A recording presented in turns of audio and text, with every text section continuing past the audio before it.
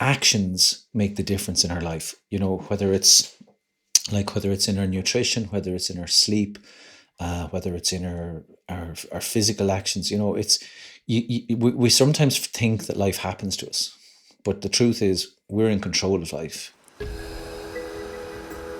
Yoga Mara welcomes you to the Love Your Limits podcast. We are two sisters from the west of Ireland with a passion for helping people connect back to themselves and feel less alone on their journey. Both of us have contrasting personalities, career background, and life experience, yet each of us found physical, emotional, and mental healing from learning to live more intuitively and with integrity. We will be sharing our own personal journeys alongside interviewing a wide range of health and wellness experts that will empower you to shed fear, self-doubt, and move into a place of self-love and confidence. It is time to put yourself first, create healthy boundaries, and learn to love your limits. Welcome to the Love Your Limits podcast. Today on the show, we are delighted to introduce the wonderful Enda O'Doherty. Enda is an extraordinary inspirational speaker and accomplished endurance athlete. His exceptional passion, endurance, and remarkable ability to captivate audiences make him a highly sought-after speaker, empowering individuals with his powerful message. With an unwavering spirit and a relentless drive, he fearlessly conquers the world's most formidable challenges. He has surpassed the limits of marathon running, conquering iconic challenges like Ironman Sweden and Ironman UK. These grueling endurance races encompass a 4-kilometre swim, a challenging 180-kilometre bike ride, and a full marathon. Enda's mindset and mental toughness sets him apart from others, completing 9 marathons in 8 days while carrying a washing machine on his back. Enda's unwavering drive fuels his mission to inspire individuals in sports, business, professions, and education. With a unique ability to motivate teams, individuals, and organisations, Enda stands out as an exceptional catalyst for success with his captivating tales of conquering physical and mental obstacles, embarking on a transformative self-discovery journey. Welcome to the podcast, Enda. Bloody hell, you have to lie down after that intro. That's an intro and a half. This guy must be sensational. Well, you are. And trust me, Hannah and I have witnessed you in action. And we were blown away by one of your talks on the toolbox of joy. Thank you. And we were just so inspired and motivated afterwards. Thank you. Before we get into all of that, can you just give us a brief background of yourself and what brought you to the place you are today? Yeah, it's a long story. It's a long story. It starts back in 1968, and my mother tells me that she was in labour for about 5 weeks. I don't know. Every time she told me the story of labour, she added another week. So, and every time I did something wrong, she added multiple weeks. You know, when your mommy says, "And to think I was in labour for 65 weeks with you." But it was August 68, and I lived in Mullingar next to the famous Joe Dolan for about 4 years. And then my parents moved to a little town in West Wicklow called Dunlavin, where they bought a tiny little shop, a tiny little sweet shop with a wraparound counter and a massive collection of coffins, because the guy who owned the shop was also the local undertaker. I can remember being 4, maybe 5, going into this place and like wondering why these people had coffins in their sitting room. And it did make an impression on me.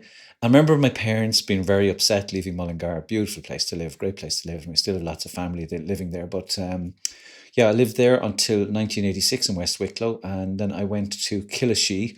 So if anyone's looking for a nice treat, it's now a beautiful hotel outside Naas. I went to primary school there. And then secondary school, I went to Newbridge College, where I developed a love of gambling and rugby.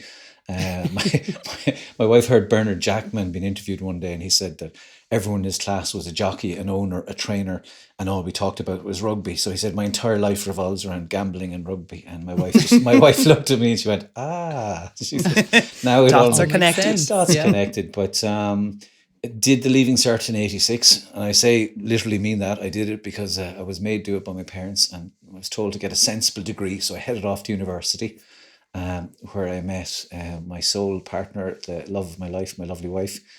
She was in first year and I was in second year. And actually, I asked her, I'll tell you how old I am if people aren't watching this. So for our first date, I cooked her boiled potatoes, pork chops, and I wanted her to know she was dealing with sort of an exotic guy. So I bought this new product that was out called Ballygowan. Now, if you can imagine this, it was fizzy water in a bottle, and she thought I was super sophisticated. But yeah, we met in college, and I got my first teaching job in De La Salle College in Waterford City, where I stayed for 33 years. I went teaching, to be honest, because I was made. You know, it was a sensible job with a good pension, and you know, be a good lad now and do what your parents tell you. Go off and get an education.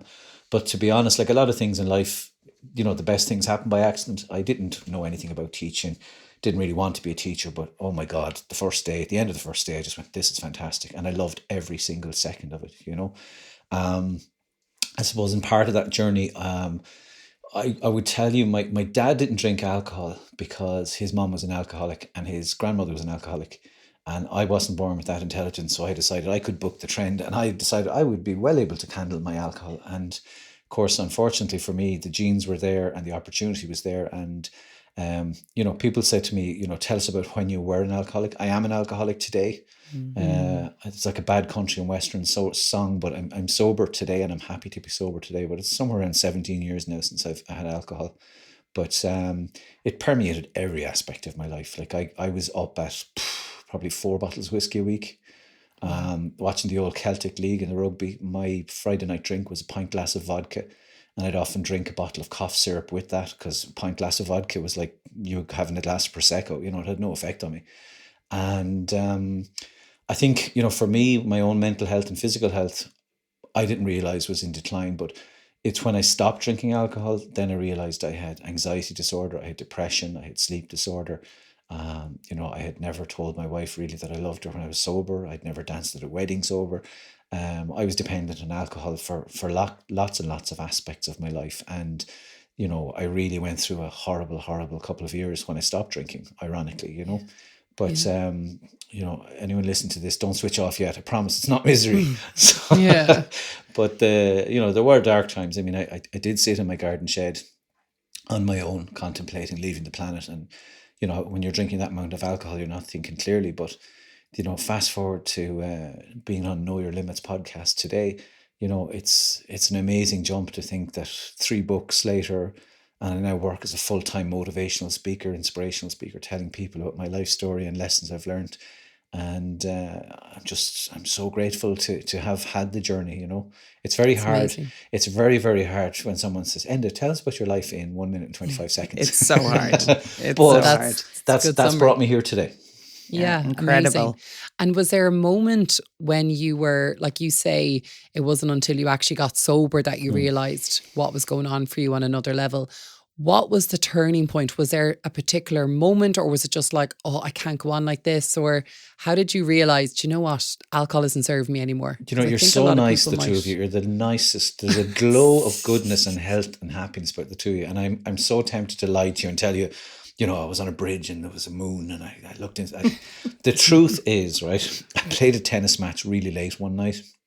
I was wired with adrenaline, finished about 11 o'clock at night, came home, poured a massive glass of brandy and milk, because I remember reading Brendan Behan drank brandy and milk, and I thought it was good enough for him. He knew a lot about drinking, so it was good enough for me. But had the brandy, had the tennis, had the adrenaline, and had an awful night's sleep, you know. So the next morning, I just sat on the side of the bed and I said to my wife, that's it, I'm done, I'm finished. And she said the immortal words to me. She said, are you, love? That's great. Which, it's a bit like, you know, the way dogs can hear a dog whistle, a particular tone. So married men or men in relationships can hear this tone. What she really meant was, in your wildest dreams, you're never doing that. You couldn't if you wanted to. And I suppose a recurring theme in my life, it's a great theme, is when someone says to me, yeah, I bet you couldn't, I go, watch me. So that was the last drink I had. And to be honest, all hell broke loose. I mean, when I stopped, oh my God, it was horrendous, you know, absolutely horrendous. I should have got medical intervention. I should have been on medication. I should have had counselling. I just went right, bang, cold turkey.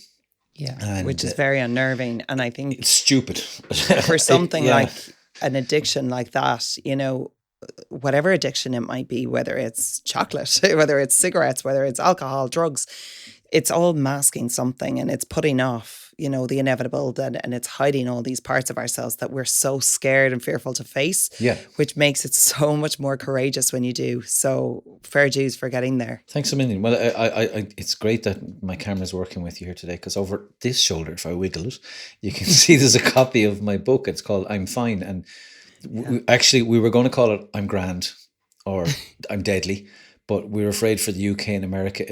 In America or UK, if you say I'm grand, it means I'm quite posh. You know, I'm grand. Yes. I'm grand. I'm grand. Yeah. So that's why we went with I'm Fine. But like the people tell me it's a perfect book cover for a podcast, because, you know, you can describe it so easily. So the title is I'm Fine, but the picture is the truth. The picture is the reality that I was really struggling with life and I'm screaming. And actually the story behind that picture is brilliant. The photographer who took it was like 4 hours into the session. And I wanted, you know, the one where I'm Obama looking out over the lawns of the White House thinking about life. And about 4 hours in, he goes, right, I'm going to set up another light setting here. And I went, oh, Jesus, come on. I said, Dave, I'm starving. And he went, tops, he said, will be another hour. And I went, screamed. And he went, click. There's the shot. And he said, that's the one. And I went, no. I want the one, like, this is my first book and it could be my only book. I want the one where I looked like, you know, Richard Branson on an island looking out over the ocean. Not the one me screaming. He said, well, that's what the book is about. It's about the fact that you hid how you felt. And he said we have so many of us do, I think, especially in Ireland, I feel, you know, everything is, fine, everything's grand, everything's perfect, like, you know, and behind it all, you know, whatever about being dishonest with others, I think a lot of us are very dishonest with ourselves. And it's, you know, it's so refreshing to hear people getting vulnerable and, you know, raw about how they're really feeling, because it makes others connect with you on a relatable level, on a human level. You know, life is not easy, you know, no matter what you're going through. No. You know, the energy in the world today is very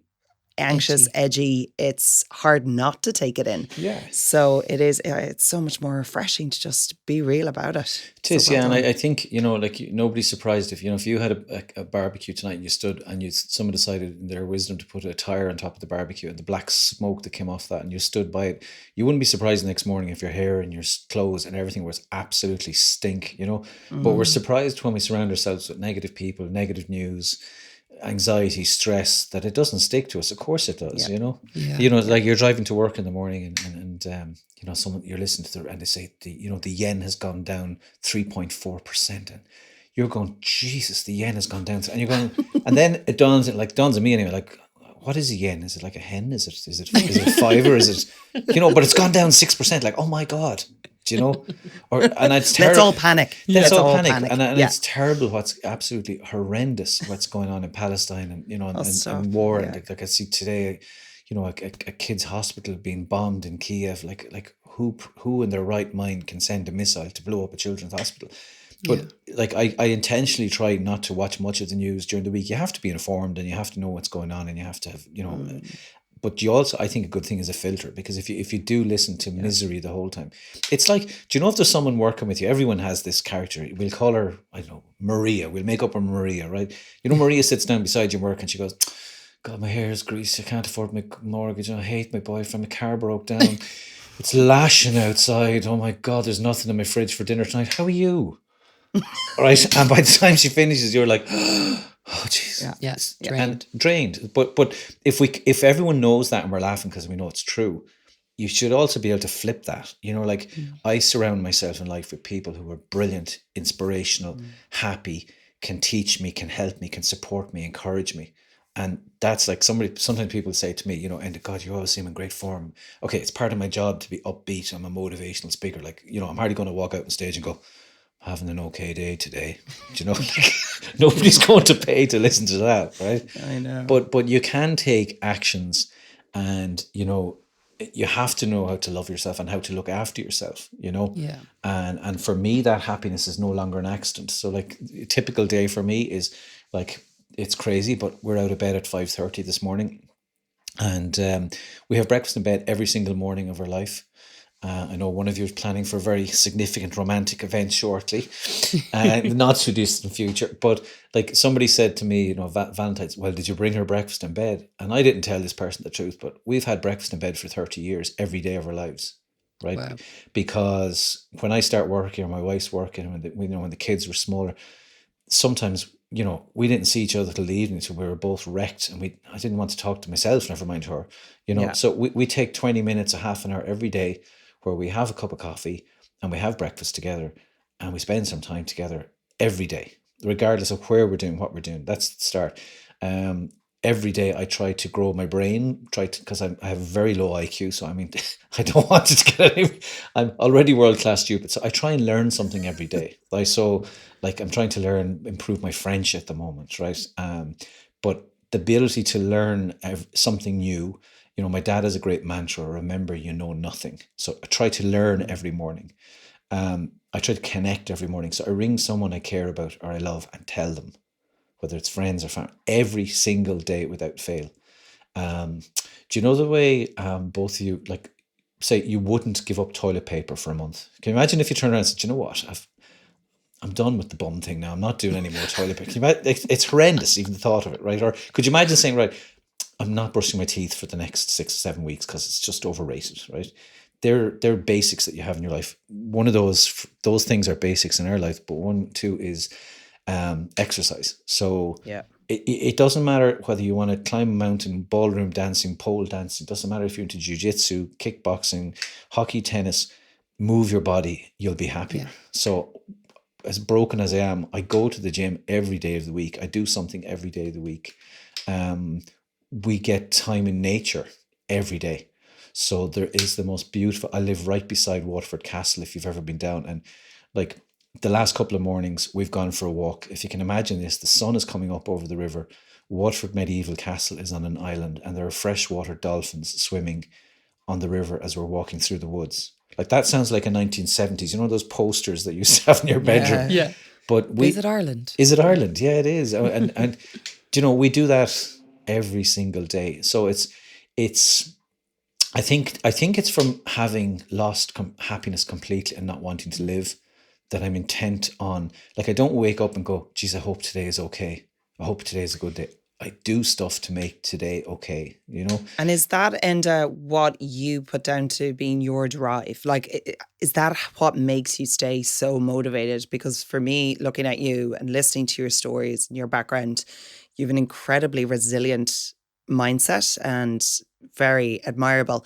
How do you stay that motivated? Is that kind of, that the previous experience that you've had, do you remind yourself of that every day in order to stay focused on track and like it's that disciplined? Like people, someone listening to this podcast, right, could die, right? You could die in the next 10 seconds, right? 10, 9, 8, 7, 6, 5, 4, 3, 2, 1. Now, if you're still listening, that means you didn't die, right? Which is good, okay? But here's the thing is, for everyone listening to the podcast and the three of us, at some stage in your life, that countdown is a real thing. That will really happen to you. And at that stage, it's too late to see the pyramids. It's too late to read that book. It's too late to write that book. It's too late to apologize to that person that you fell out with years ago. It's too late to try that dream that you've always wanted to pursue. So, like, I try to live my life. Like, I spoke to a young journalist not so long ago. The poor fella nearly had a heart attack, and we were chatting away. And he said to me, "You live your life like you're terminally ill." And I said, "I am." And the poor fella nearly wet himself. He was like, "Oh my God, Jesus, my editor never told me. Oh my God, I'm so sorry. Oh my God, what is it?" I said, "What disease have you got?" And I said, "It's called life." I said, I'm 55 and a half. That's why I know the clock is ticking. I can hear it's getting louder.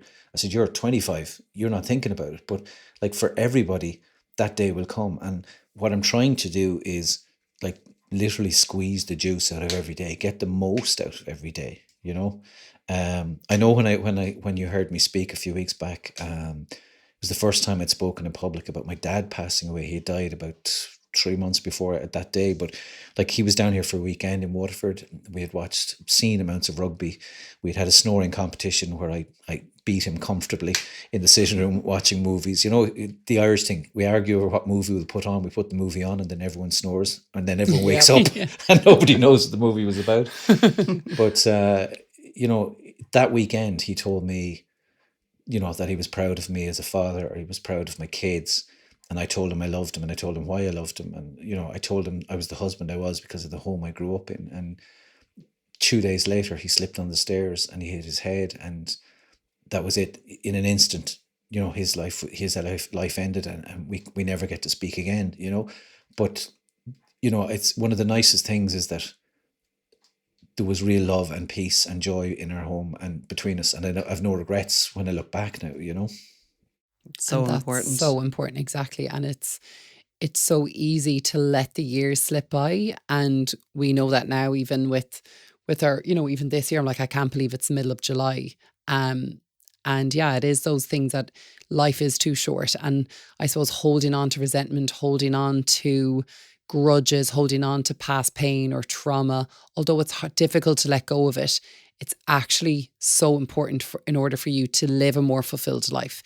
Being able to shed the old to welcome the new. It's very hard to bring in all this joy and happiness and fulfillment if you're still holding on to all the resentment and the hurt and the pain. So that's such a good point. And I think it's important as well, like you said, with those words you spoke to your dad before he passed. And I'm so sorry for that. It sounded like a very tough time, and it's something you're always going to be going through, and these waves of grief come and go. But it's, you know, stating the obvious. Don't assume anybody knows how you feel about them. You know, that's something I've learned recently. It's like, never assume. Even if it is very obvious to you, it mightn't be obvious to that person. Yeah, you know, 100%, 100%. words You know, hold a at lot of the power. funeral when people come up and, you know, it's a very Irish thing. Like it was absolutely fantastic. We had 3 days in the house, and there was like everyone, and there was people I hadn't. The first girl I kissed when I was 11 turned up at the funeral, and I hadn't seen her for 40 years. And we had the best chat ever, and you know, about her life and where she had ended up. And we it was an amazing few days. But you know, in Ireland at the funeral, everyone says, if there's anything we can do, just let us know. And there's nothing people can do. But I decided that it was something I wanted to do. So people shook my hand at the wake and they said, Enda, we're so sorry for the loss of your dad. And said, is there anything we can do? And I said, there is. And everybody instantly went, oh, because you're not expecting that, right? Yeah. And they said, what can we do? And I said, will you ring the people you love on the way home and tell them why you love them? And the amount of people who got in touch with me after the funeral and said, you know what, I told my sister I loved her, or I told my aunt I loved her, or, you know, I had an argument with my dad. It's been going on 6 years, and I apologized, and we've made up. Like, actions make the difference in our life, you know, whether it's in our nutrition, whether it's in our sleep, whether it's in our physical actions. You know, it's we sometimes think that life happens to us, but the truth is we're in control of life, you know. I actually didn't finish when I was talking to you there about my day. You know, if you ever try and ring me after 10 o'clock, best of luck with that. I have a digital sunset, so from 9 to 10, no phone, no screen. 10 o'clock, I'm in bed every night, and I sleep like a baby, you know, because I know what it's like to not have sleep and not have that restorative peace. And so I protect it like you wouldn't believe, you know.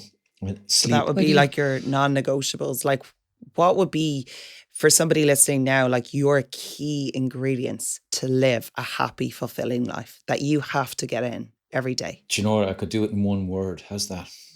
Actions. Yeah. Because people don't. I know people who sit in the couch and go, oh my God, I'm so broke. Oh my God, my visa bill is so big. And they focus all their energy and time on the problem instead of saying, right, what's the solution? What could I do?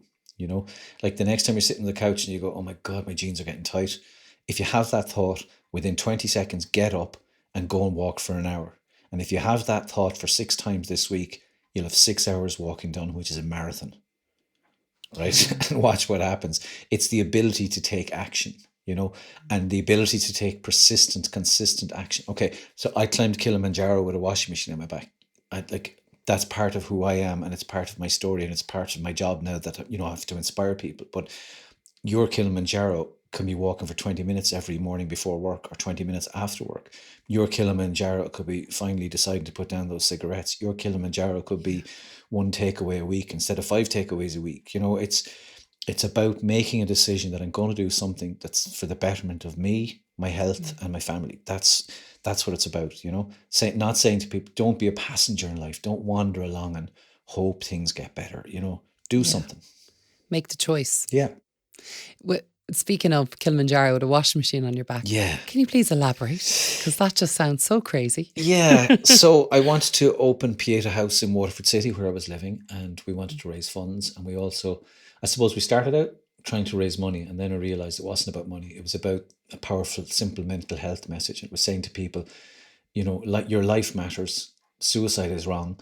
And if you're under pressure, don't carry a stupid load around, put it down. So the most stupid thing I could think of carrying was a washing machine. And initially we did 9 marathons in 8 days, small little trot from Belfast to Waterford. It was pretty tough. So I hope people aren't too squeamish. But on that walk, I lost all of my toenails. I lost the fat pads in the front of my feet. So sitting here talking to you today feels like I've got car keys in my socks, if you can imagine what that feels like. I lost, the heels came off my feet, and then it got really hard. I had combustible diarrhea. I had leaky gut, which is when the sugars leak into your intestines. And then I broke my 2 feet. But the choice I had on the start line was take one step. And the choice I had on the 9th marathon was take one step, you know, and it was amazing. I mean, it was absolutely amazing what happened on that journey. I made lifelong friends. You know, we had the most amazing adventure. And when we got back to Waterford City at the end of it, you know, our friends and family were there. The city centre closed. The Coast Guard flew a guard of honour. It was amazing. You know, it unleashed in me the potential to realise that anything was possible. So I suppose you talked there about, I had done Ironman, which is, if anyone's near their local pool, it's about 200 lengths of your local pool. And then it's an equivalent of a bike ride from Cork to Dublin. And then you run a marathon. So I did 2 of those, but their message is, or their corporate logo is, slogan is, anything is possible. And it really began to dawn on me, the only thing stopping me in life is me. You know, and once I realized that I could achieve those, they literally changed my mind, my life's, because instead of going to an event, I became the event.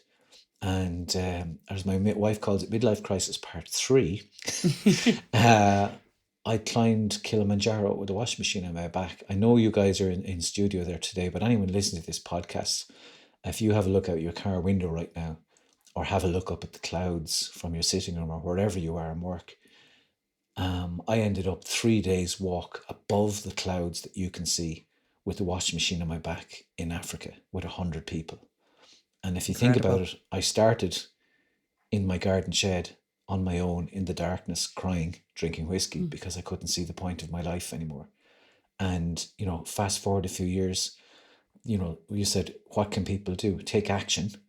And if you need a fuel, hope. It's a brilliant fuel. You know, I recommend it. It's such a profound message, and so inspirational. But, you know, you touched on your gorgeous, beautiful relationship with your father. How were you with your mother? What was your relationship like? Did she play a role as a mentor in your life? Oh, she's right behind you on the screen. That's her bell. Watching over you. That's her bell. She was she loved being an auditor, a referee at debates. So 1982 or 83, my mum's best friend died from breast cancer in Nace Hospital. And in the bed beside her was somebody getting their appendix out. And on the other side, somebody who had like some sort of food poisoning. And that woman's family, the Burke family, had to say goodbye to their mum in the middle of a general ward. And my mum came out, and I remember she said to me in the car park, she said, "That's wrong." And I said, "What's wrong?" And she explained that it should be dignity in life. And, you know, that woman should have had privacy in her family to mourn and say what they needed to say. So my mum decided, there was no hospice in Kildare. So my mum decided, I could get the numbers wrong now, but she raised something like £3 million in 1984. What? And if you're in Kildare and you know where the Jockeys Hospital is, the old hospital on the Curragh, she bought that and built on her own Kildare Hospice and opened it so that other families would have the dignity. So, you know, sometimes people say to me, "Enda, where did you get where did you get the resilience or the drive? I think I grew up around collection cans and American tea parties and table quizzes and stickers and all that. Well, I'm starting to see where this all comes from. Obviously, she, apple doesn't fall far from the tree. Yeah, she's the most amazing woman. Like she was a teacher. She got a place in the Orty Symphony Orchestra, decided not to take it because she met my dad. Do you know not Victor Meldrew? Do you know Hyacinth Bouquet? Do you know her? Yes. That was my mom, right? And you know the little fella behind her, the husband, I can't think of his name now. What was her name? Richard? Richard! That's it. Yeah, well, they were the Irish version of the two of those. But they were powerful people to be around and inspirational people. But my mum was just a firecracker of a woman. Like, she was incredible. She tried retiring about 3 times and couldn't do it. She opened a language school at Kildare, and she wasn't that great on the internet. So I remember one day I said to her, "Mum, are you around next weekend?" She said, "No." I said, "Where are you going?" She said, "I'm going to Zurich." "Why?" "There's a lot of schools there. I'm going to go over and ask them would they like to come to Ireland to my language school." And I said, "What language school?" She said, "I haven't got one yet, but I think I will." Wow. And off she went. Yeah, when you grow up around someone like that, I think it's it definitely rubs off, Yeah, and incredibly resourceful too, that she was able to just, get her hands into it and just start taking, as you say, actions. Like if that was the example you had growing up, it makes a lot of sense now how you approach life, and what you do to help yourself feel better and live a happier, more fulfilling life. That's incredible. Yeah, incredible. I know with both of you that yoga is your passion. I was reading about your next retreat. It sounds amazing. It sounds absolutely amazing. I was reading down through the schedule and I was thinking, the food sound. I was looking at the food first. I was looking at the breakfast, and I was looking at was there a neck and head massage after morning yoga? Shavasana. Yeah, a pint of Shavasana is your only man, I have to tell you. Pint of Shavasana, it's the best Everyone's favorite pose. So important. I don't know if I told you about my Shavasana experience. My wife brought me to yoga to calm me down and make me more mindful and help my flexibility. So I paid my €15 or €12, whatever it was, went to this yoga class, and at the end I discovered Shavasana and meditation, which is just amazing. I love it, especially if someone has the right tone of voice and if they're good at it. And so we're doing the Shavasana anyway, and I'm really relaxing into it. And the next day I can hear this yoke snoring, right? And I ignore it for a minute, and then about the third or fourth one I was like, oh my God, I did not pay this money to listen to somebody snoring like a pig being strangled. So I sat up indignant to look around and see, who am I going to shake? And then I realised it was me. It's a really good sign. It means it works. Out cold. Out cold. Yeah. And I think, Shavasana as well, it's whatever about the physical yoga and all that, it's the Shavasana that you really need at the end to kind of seal it all in, let it actually move through your body, that what you've worked through, and just lie in stillness with it. Because everything around us is energy, and you talked on, surrounding yourself with the right people, and it's all what's the good and bad energy out there, and becoming more aware of that and being more, I suppose, boundaried and strict with yourself, to be in a loving way, but to just say, these things don't fill my cup. This person I'm around actually drains me, because you can come away from certain conversations or certain events and you feel absolutely wiped, or you could be buzzing, So I think it's so important that we check in and have that intuition to know what fills us up. And I think that is a huge part of, you talk on living a happier, more fulfilling life. But before we round things up, can you just elaborate a bit on, what tips or advice you would give to people, as we talked about the energy and the, anxiety that's out there, to help really soothe the body and mind? Well, for me, if people want to try this, honestly, there's multiple things you could do. And the first one, I hate saying it because I hate, I use Instagram and social media. I have to, because as a speaker, if I don't go on podcasts and radio shows, people don't know I'm a speaker, don't know that I'm able to perform, and I have to do it. But the whole ice bath trend and ice bathing thing, I was watching these guys going, what are they on about? And these, give that fella a knife and a fork, he's going to eat himself, And then Christmas morning, my kids bought me an ice bath. So Christmas Day, the whole family stripped off into the swimming togs, and we all managed, I'd say between 6 of us, we managed a full 10 seconds each, right? Wow. And it was worth it. The screaming and the laughter in the garden on Christmas Day, it was great, right? So I said, I'm going to do it. So I got my ice bath and I got in, and I got to 10 seconds, 20 seconds. And by the end of February, I was up to 10 minutes. And for someone who really has had, and still would have panic attacks or anxiety disorder, the peace and the calmness in that ice is just incredible. And the ability to breathe deeper and slower. Like I find sitting still incredibly challenging. If you said to me, Enda, do 5,000 push-ups a day and 1,000 pull-ups, I'd do it, If you said to me, Enda, sit today in silence for 5 minutes, I know now I couldn't do it. Like it's just such a challenge. For some people, that peace and stillness is difficult. So I would say to you, go to your local lake, go to your river, or go and buy the biggest bucket you can in Lidl or Aldi or Woodies, whatever it is, and fill it with cold water. You don't even have to ice it. Get into it every morning and try and breathe slowly for 10 minutes. It literally transformed me. I get out every morning happy, awake, alive. It's amazing. I shouldn't say it. Maybe I should. I will be honest.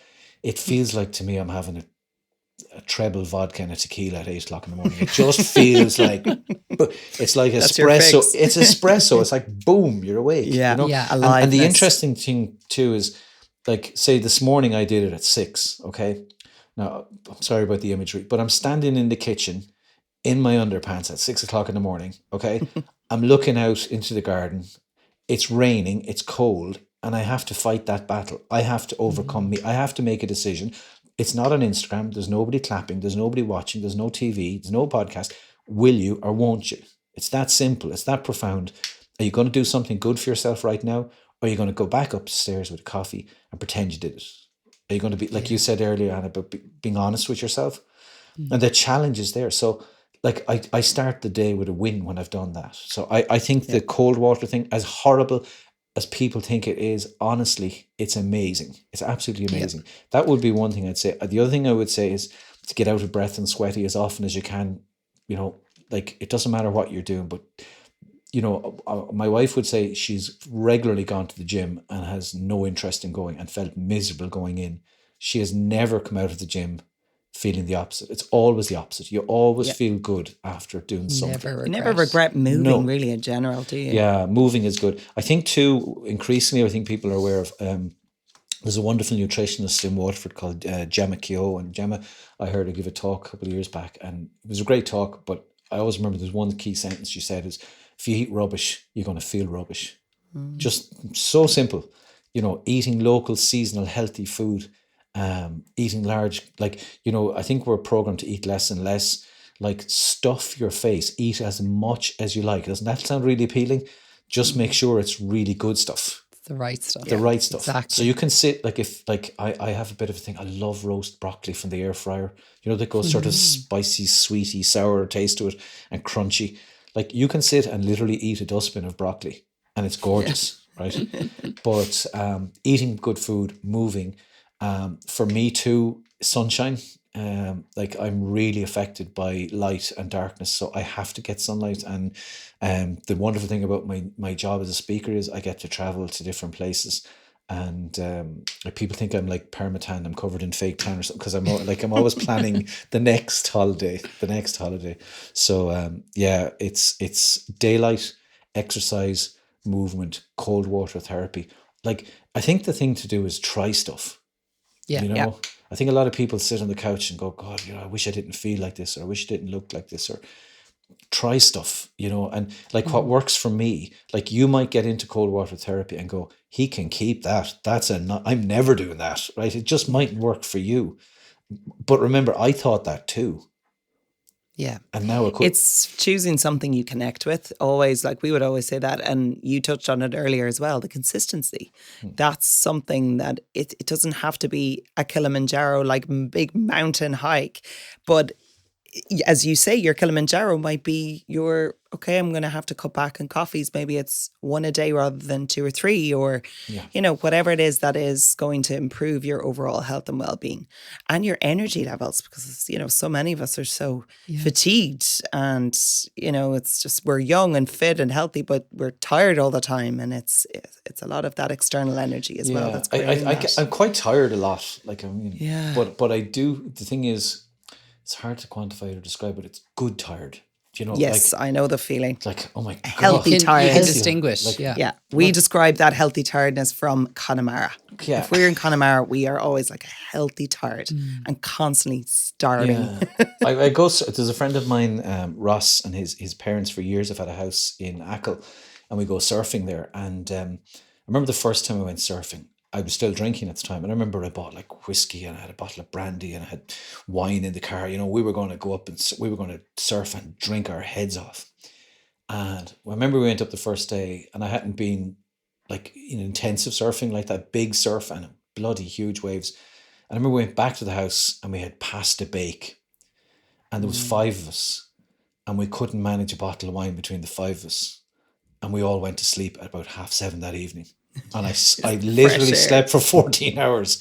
I was just wasted, and it was an amazing feeling, Yeah, amazing incredible. feeling. Yeah. And I think it's when you touched on the cold water as well, I set myself the task in 2020, which was the perfect year to start it.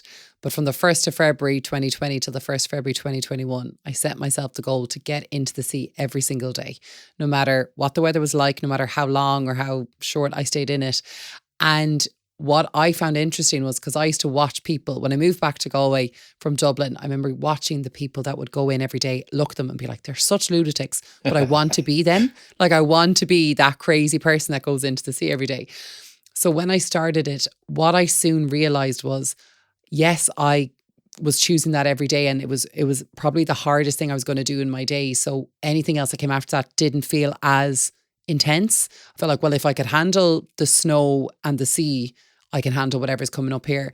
But I started to crave the cold. Like, my body actually started to crave that temperature, that inner stillness, that inner peace. Because as you said, the minute you hit cold water, you can't think of anything else but the cold water and how you need to breathe. And it's the quickest way to get mindful. It's the quickest way to get into the present moment and to get back into your body, because it's screaming at you.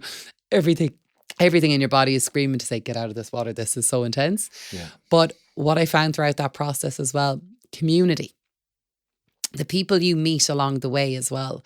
And that's something that I find has really kind of disconnected people. I think since COVID, it's been really hard. It's been challenging, people working hybridly, not getting into the office as much, missing that central community. And that's what I loved about sea swimming. Whatever time of day I was down in Salt Hill, there was always a few swimmers there. Yeah. And they'd always say, don't go in on your own. But it's connecting with like-minded people too. So joining a class or going to a sauna that has an ice bath as well, just getting outside of your comfort zone, but meeting people that are there too, and they're trying to get the same outcome, let's say. But it's, I loved it, and I need to get back into it. I've been very inconsistent, so I need to pull up my socks and go back into the sea. But it's an interesting thing, the thing I think about community, that I spoke at an event in the States. I was speaking at this conference, and there was a media meet and greet afterwards. And I hadn't planned it, I just said it, but I was talking about, I said, what makes us human is our humanity, our ability to lift others, to help others, to shape others. That's what makes us truly human. And, what you're talking about there is when you meet someone that they tell you their car is broken down, or their marriage is broken down, or they tell you that, that they've lost their job, or, and they're looking for someone to lean on, and you give them that bit of advice. It's that humanity that makes us different. I think too, we're talking about in changing and improving your mental health, your physical health. I would seriously encourage people to use their phone less and less and less. I could bore you with loads of data and statistics, but it's this simple. The lower the number of hours on your phone at the end of the week, the higher your level of happiness. Right. And that's scientific fact. If you're looking at a screen, if you're looking at Instagram, if you're looking at TikTok, remember that algorithm has been trained specifically to make you addicted, right? So my wife's TikTok is all cookery programs and kitchen designs and fashion, and mine is all jiu-jitsu, boxing, rugby, cars, because it knows that's my addiction, and it's making me watch it more. You know, if you pick up a page and you start at the page and read at the top, you get to the bottom of the page. But I think what people forget on the phone is it's infinite scrolling. You are never, ever getting to the end of that page. And our brain is wired to think, I'll just keep going and I'll get to the end. There is no end, So like when I'm working with, I work a lot with schools and with students. And, one of the things I see, their levels of anxiety and upset is hugely linked to their phones, you've got a kid and, she's going on social media at 11 o'clock at night when she should be sleeping. She's looking at all her perfect friends with perfect filters, with perfect skin, with perfect lives. And she's sitting in bed and she's got a Marietta biscuit, dunking it in a cup of tea, and she's got a giant spot on her chin that's killing her. And she thinks, her life is miserable as a result. They're at their most vulnerable, most tired, and they're feeding on this social media. So I would say to people, like, use your phone a lot less. Actually, I have to tell you, I did something at an event recently. You'd have loved it. So I was introduced and I walked down to the CEO of this company. I walked down off the stage and I asked him, could I borrow his phone? And he said, of course. So he gave me his phone. I walked back up to the top table. There's a big jug of water on the table. And I dropped his phone into the water, right? The entire room went, because that is the equivalent of hitting someone's baby. That's just you don't touch. Imagine someone dropped your phone in the water. That's like murder, right? So drop the phone, the bubbles are coming up out of the phone. And he's sitting with his mouth open going, what have I hired? What has this guy done? And I passed a comment, looked at the phone, and I said, oh, you can tell he's the CEO because the phone is about $2,000 worth, right? And I asked people in the audience, and maybe people at home listening to this could do this exercise right now. Give a yes or no in your own mind, right? Do you have a cover for your phone? I bet you everyone's going yes. Do you have a PIN number to protect your privacy secrecy? Yes. Do you check your battery level repeatedly during the day? Of course you do. Do you check your phone first thing in the morning and last thing at night? Lots of people do. Do you panic, like death panic? Like, oh, where'd I put it? That moment where your phone is missing? Yeah. And I asked all of these questions, and every single person in the room was saying yes. And I said, isn't it funny? I said, can you imagine if you invested 10% of the energy that you invest in your phone? Imagine you invested that in your physical health, in your relationships, in your nutrition, in your finances, into the people you love. Imagine you invested that time and effort into the people that you're currently putting into the phone. And everyone was going, yeah, except for the guy at the front who's going like, yeah, right. What's he done with my phone? Yeah, but then I took his phone out of my suit pocket, because what I had done is, as I walked back to the stage, I swapped it out with a broken phone. Right? Oh my God. From where he was sitting, he just sat there and he went, whew, he was so relieved to get his phone back. But he's like, I get the point, but I need my phone. Yeah, but isn't it true? So attached. But it's so true. So attached. But if you're using the phone more and more and more, it just rises your anxiety levels. And I can feel it myself. Exactly. When you doom scroll or whatever, if you're tired and you're sitting down and you're just scrolling, you're there going, where did that half an hour just go? You know, and it's all designed to make you feel not enough.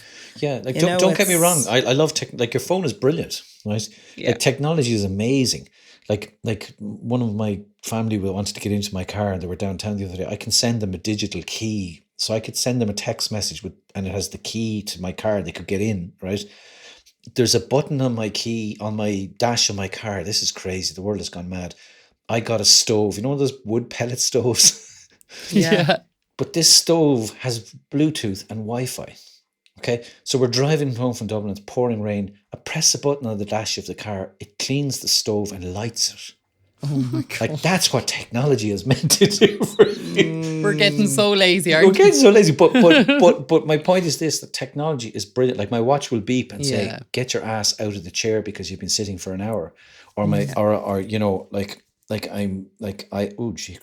am 6,000 steps short of 20,000 for today. I have to get, for me, my number is 20,000 every day. I try and do it. But you can have technology as a stick to beat yourself with and make your life more miserable, or you can be smart about it and let technology make the biggest difference to improve your life. 100%. And that comes back to the choice. And Yeah. it's the decision you make. And when you wake up every day, how are you going to use your day? How are you going to use technology to benefit you, not to drain you? Who are you going to surround yourself with? You know, what decisions are you going to make? And yeah, I think that's such a key message, because I'm a devil for my phone. So it's a good reminder. Yeah, well, it's like don't get me wrong. It's like, you know, as an alcoholic, I don't drink alcohol, but if you have a party, you should put me in charge of the bar. You should see the cocktails I make, and I will knock down 20 of your friends and have them ill for 3 days. Like, I know alcohol is not for me. You know, I just can't drink it. I can't do that. But alcohol it's not per se evil. You know, it's probably not great for your physical health, but it has benefits. It's like anything, you know. It's like you know, the glass of water on my desk here. Like, I read recently about a guy who died on a marathon because he drank too much water and his kidneys shut down. You know, a glass of water can kill you if you abuse it. You know, It's everything in moderation. It's Yeah. all about balance. Yeah, exactly. yeah, That's but so true. it's I think sometimes in life, you know, when you're doing ironing and picking up the kids, and you know, you're cooking dinner, or you're picking up your wife, or you're trying to bring the kids to Irish dancing, jiu-jitsu, piano, hurling. It's raining. You have to pay the mortgage. You know, like, it's an avalanche of crap literally falling into your. It's very difficult, and particularly if you're listening to some guru like me on the radio or in your podcast, and he says you should take time for an ice bath at 6 a.m, and somebody listening to this is going, I'm making fucking sandwiches and looking for bags of crisps. You know, life happens. You know, it's difficult, but like, sometimes, you know, I was talking to someone who got married recently, and I was telling them that for the entire duration of our marriage, one of the things we did at the start was I would literally take anyone's children. I would take a stranger's children off the road and mind them for 2 nights, on condition I could cash in those credits later on, right? Because for 30 years of marriage, we've always gone away for a week together somewhere. And I remember when the kids were teenagers, I remember them one stage going, oh God, do we have to go to Granny's, you know, because, like, you know, there's like one TV station, there's no internet. And I remember saying to my eldest, Oshi, and I said to him, he said, Dad, why do I have to go to Granny's? And I said, look, if I don't have a relationship with your mom, we don't have a family. And he just looked at me and went, have a great time. Yeah. He goes, Priorities. Totally. Yeah, but And being absolutely. honest with your son as well. Like, you know, it's not just giving him any old answer. It's, Yeah. you know, Yeah. kids are able to Exactly. take that Talking to honesty. them like an Do you know, adult as well. I'm conscious that you have lots of I know you have lots of male listeners, but you have lots of female listeners too, and particularly in the area of yoga. Unfortunately, you'll see more females nearly always than males, right? I know. But I did want to share this story with you. You know, we were talking about Behind the Mask, you know, my book, Not Seeing the Truth. So on when we were training for Belfast to Waterford, like, to run 9 marathons in 8 days with a washing machine takes a lot of effort. It took 9-10 months, and it took 20 hours a week training to get there. But on one of those training walks, I noticed pretty regularly my wife was going to the bathroom in the Tower Hotel in Waterford, which is not far from our house. But we would have left the house maybe a half an hour earlier. And I said to her one day, you know, every time we pass this hotel, you go to the loo. Like, I thought had she a thing for the soap in there, or was, you know, what was going on? And she said, oh, I don't know. She said, I just needed to go. So I said to her on the Monday, look, you're going to get that checked out. So she went to the GP on Monday, and the GP sent her for a scan on Tuesday. She saw the gynecologist on Wednesday. And on Thursday, they removed a 14-pound tumour. She had a full hysterectomy, right? Wow. Now, when she had the hysterectomy, like, much, you know, our lifestyle is exercise and walking and being active. And if anyone's had one, then you'll know it's a horrendous operation. Like, the stitches are from your pelvic bone, you know, the whole way up to your rib cage, literally. And I remember the consultant said to her, look, you can't lift anything, you know, you have to be really careful. And she said, can I do anything? He said, no, can't do anything. He said, the only thing you can do is walk, right? I think 9 weeks later, my wife walked from Belfast to Waterford to make sure I was okay. Oh, wow. And you see the hero, you see the big muscly fella with the washing machine in his back, and just over his right shoulder, like his guardian angel, is this perfect little lady made of titanium. I don't know anyone who would take on something like that. And she walked the whole way to work. But in our culture and in our media, and I understand I was the guy with the washing machine, but like, real bravery, real heroism was her doing that, you know, and she's not half as vain or as big mouth as I am. So nobody, she'd kill me actually if she finds out I've told you this on the podcast. Sure. No, I love that. But That's so important. But it's, and I think it's really important to understand as well that people that achieve greatness never go alone. And I think it can get really isolating the further you progress career or whatever it is that you're aiming for. But understanding that the people, the support network you have is so important for your mental, physical health, but also just for your anxiety levels, that, you know, even just you feeling her presence, I'd say, kept you calm and kept you going because you knew someone was behind you. Yeah, absolutely. And it's important to have those amazing people in your life, and lucky you having a wife like her. Yeah, You're spoiled. yeah, she's a great, like she's a great person. She's just I couldn't tell you twice in her life I've heard her raise her voice. You know, she does yoga every day. She's vegetarian. She's calm, peaceful, kind. There's a real deep inner beauty in her. But the only thing bad in her life, I suppose, really would be me. But but she needs that bit of badness. But you know, it's interesting you said there about, you know, people surrounding you. There was a guy, I can't remember, I was on some radio show or some DJ. Oh, I do remember, I better not say his name, he's a fairly well known guy, but he said to me something about, and behind every great man is a great woman. And I said to him, I said, come here, what century are you from? And he said, what? I said, there's no woman behind me. I said, in my life, worst case scenario, they're standing beside me because I'm falling over and they're picking me up. The normal scenario in my life is my daughter, my sister, my mom, my wife. The women in my life are out in front, guiding me, helping me, encouraging me, shouting at me, telling me not to give up. I said, I don't know what kind of women you have in your life. The great women are all behind you. And he said, oh, I didn't mean it like that. And I said, yeah, but that's the message that you're perpetuating. I said, yeah, great. Like anything I've done has because of the great women in my life in front of me. Never behind, because the implication there is that, you know, like she's better off back there. Like let the fella at it, you know. And yeah, that's like, such a good point. Oh, and it's such a phrase that you would use, like without even thinking of it. You know, you're like, oh yeah, behind, but then it's like, yeah, they're not behind. No, like, you know, they're showing you the way. Like your mother was such a bloody hell. If someone said that to my daughter, she's super confident, fit, brilliant woman. She's just, you know, bursting with life, and I dread to think that she was walking behind anyone, you know, man or woman. And it's not even for me, it's not even that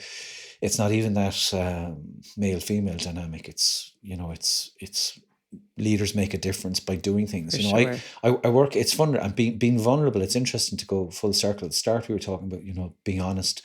You know, I spoke at an event recently.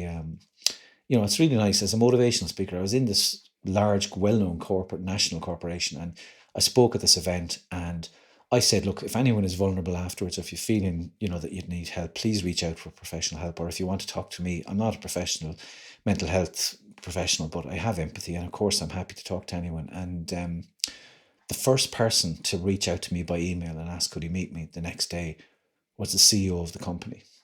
And I had met this guy the day before, in the weeks before the event, and he was just drop dead gorgeous, tall, tanned, handsome, super successful, millionaire. You know, that guy just had absolutely everything. But he was broken like the rest of us, and he was trying to get through life as well. And it was the first time he'd realised that he had to say something about it, you know. Wow. And like you say, back to being honest, I suppose back to, I've been dying to say this, love your limits. Yeah, it's so true. On that what note, a good way to finish up. Oh, thank you, Enda, so much for being here and for taking the time to have this conversation with us. We've so enjoyed this interaction, and I definitely know that so many of our listeners will be taking out their notebooks and taking all the notes down from this. You've got gems in there.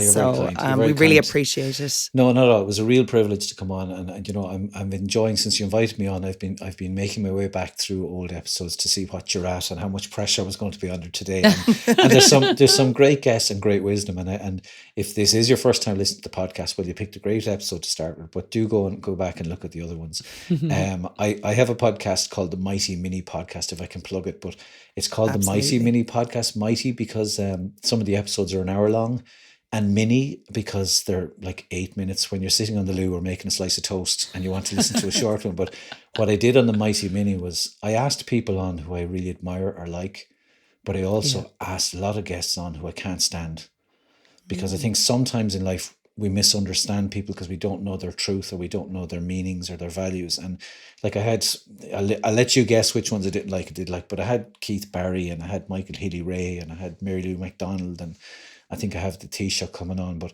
like it's I don't know, I presume you find the same. It's fantastic therapy to talk to so many people and get so many ideas. I love it. You know, it's really, really great. 100%. The great sign of a podcast is I feel I've been talking to you guys for about 30 seconds, and I hope your listeners feel the same. Yes, that is it. The time flies. I love it. Time flies when you're having fun. Exactly. It's all about that good energy, Enda, and you've got bucket loads of it. Thank you so, so much. Thank you. Thanks for having me. Thank you for listening to the Love Your Limits podcast. We hope you enjoyed today's episode. If something resonated with you or you would like to learn more, please find all contact details in the show notes.